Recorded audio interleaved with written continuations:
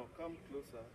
This is the dryer that we are presenting to the post-harvest challenge. The dryer is made up of this drying compartment, which you have up to 1, 2, 3, 4, 5, 6 drying trays on one side and 6 other trays on the other side. Now this is the nature of the tray inside. And the produce is stacked here. As you can see inside, it's lined with aluminum. And over there is the computer module that senses the properties of the drying element, the drying air. All the drying properties at each level are picked by the computer module that is there. Now, hot air enters the dryer. Hot air enters the dryer from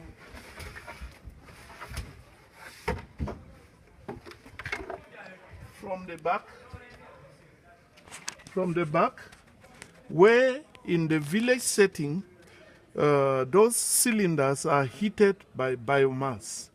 They are heated by biomass, and at this section, you can see the computer cables, the electrical cables that have come in to sense the properties of the dryer at this level.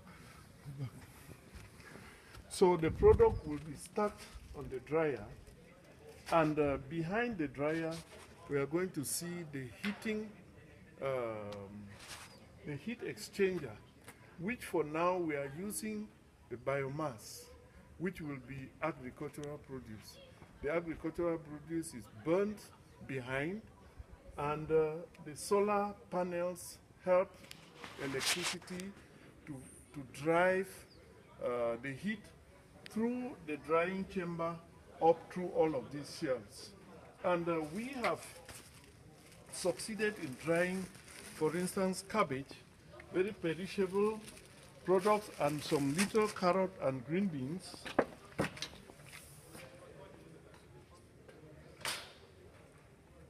Now, these are products that will normally be cut.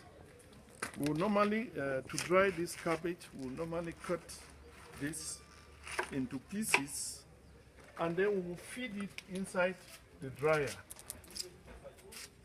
Being a perishable product, we want to dry it in order to store it. We can equally dry meat, we can dry fish, and we can dry other products. Now the heat for this, as we have said, comes from the solar panels and the biomass heat exchanger. So to light this, the first thing we are going to do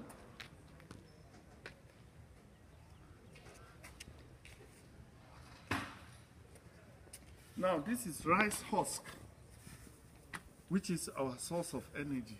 And that is why we think that this dryer is very, very good, because it uses heat from biomass. We feed in our rice husk here, where we have made some little fire before.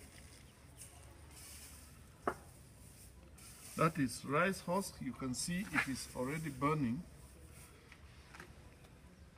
Now, the heat generated inside the cylinders is going to be driven into the drying compartment by the 12-volt fans.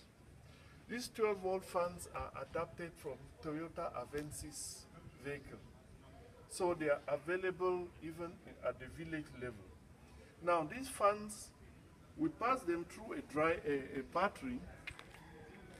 The battery is to stabilize the voltage that is coming from the solar panels.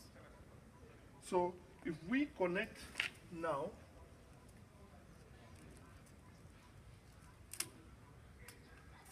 if we connect the dryers this way, now the fans start blowing the heat and sending the heat into the drying chamber, at the same time operating the dryer. Now the smoke from the heat exchanger is channeled from here and sent out of the building. We think that this dryer is very, very good for village level, because at the village level, there is no electricity. You have solar energy everywhere.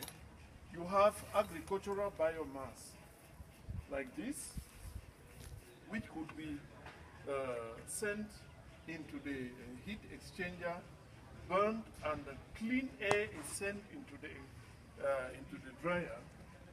And the smoke is collected.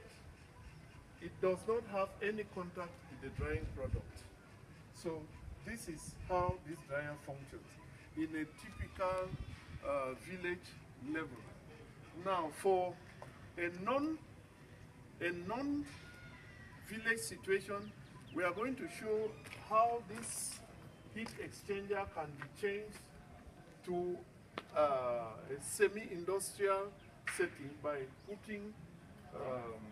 attaching an electrical heat exchanger that functions directly on heat. Now, come on.